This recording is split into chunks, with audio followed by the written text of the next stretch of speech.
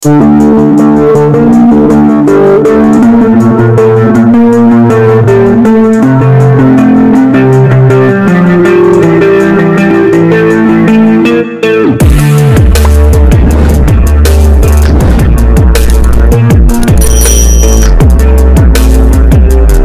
lucu Sarwo Edi dan anak buahnya saat bertempur lawan tentara sekutu.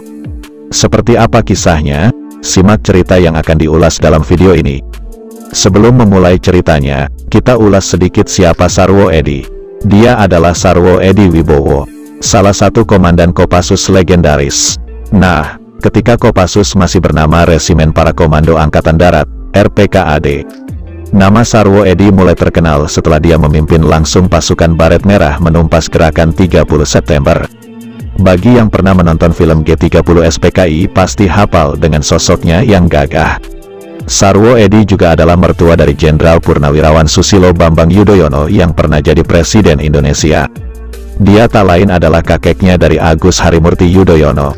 Sarwo Edi Wibowo juga ayah dari Jenderal Pramono Edi Wibowo, ex-Kasat yang pernah jadi Danjen Kopassus. Itulah sekelumit cerita tentang sosok dari Sarwo Edi Wibowo. Tapi video ini tidak hendak menceritakan saat Sarwo Edi Wibowo memimpin RPKAD atau Kopassus. Tapi, mau mengulas ketika Sarwo Edi memimpin pasukan melawan pasukan Inggris di Magelang pada zaman Perang Kemerdekaan. Bahrudin Supardi dalam buku, Biografi Sarwo Edi Wibowo, Kebenaran di Atas Jalan Tuhan, yang ditulisnya, mengisahkan jika pertempuran dengan Inggris di Magelang merupakan pertempuran atau palagan pertama bagi para pemuda yang tergabung dalam pasukan Sarwo Edi. Bahkan bagi Sarwo Edi dan kawan-kawan dari peta, banyak hal yang terasa asing bagi mereka, tulis Bahrudin Supardi dalam buku Biografi Sarwo Edi. Misalnya, kata Bahrudin Supardi, ketika pertama kali menghadapi tembakan mortir dari pasukan Inggris, mereka kebingungan. Sebelum meledak, peluru mortir mengeluarkan bunyi desis yang cukup keras. Nah, bunyi desis itulah yang membingungkan Sarwo Edi dan kawan-kawan, tulis Bahrudin Supardi dalam buku yang disusunnya.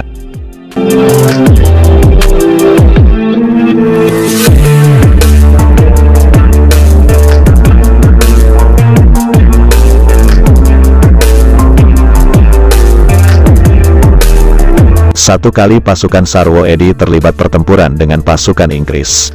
Dalam pertempuran itu, pasukan Sarwo Edi oleh pasukan Inggris dibombardir dengan peluru mortir. Suara desis pun terdengar sebelum mortir meledak. Wah, bunyi apa itu? Tanya salah seorang anggota pasukan Sarwo Edi. Ketika pertama kali mendengar bunyi sebelum mortir itu meledak dalam sebuah pertempuran di Magelang. Ular, ya? Tanya pemuda lainnya yang juga anak buah Sarwo Edi. Masa bunyi ular sekeras itu? Terdengar seorang anak buah Sarwo Edi berkata. Bunyinya di atas. Memangnya ada ular yang bisa terbang? Sahut seorang pemuda lainnya. Jangan-jangan bunyi telu atau santet, bisik salah seorang anak buah Sarwo Edi menimpali. Dasar anak dukun, pikirannya santet melulu, kata salah seorang anak buah Sarwo Edi menyela. Tak ada satupun yang bisa memberikan jawaban dengan benar. Setelah mereka menemukan pecahan peluru mortir itu, barulah mereka tahu asal bunyi yang menghebohkan itu. Mereka semua tertawa menyadari kebodohan mereka. Selama masih di peta, Sarwo Edi dan kawan-kawan sering berlatih menembakkan mortir. Namun, mereka sendiri tidak pernah mendengar bunyi desis peluru mortir saat melayang sebelum meledak. Jadi, menurut Bahrudin Supardi, dalam bukunya, ini memang pengalaman pertama mereka. Pengalaman yang menggelikan, meski sebenarnya menakutkan. Bayangkan, jika peluru mortir itu mengenai mereka, para pemuda itu tak akan pernah tahu penyebab bunyi desis yang melayang di atas mereka. Begitulah kisah lucu Sarwo Edi dan anak buahnya saat bertempur lawan tentara sekutu, dalam hal ini pasukan Inggris di Magelang, Jawa Tengah.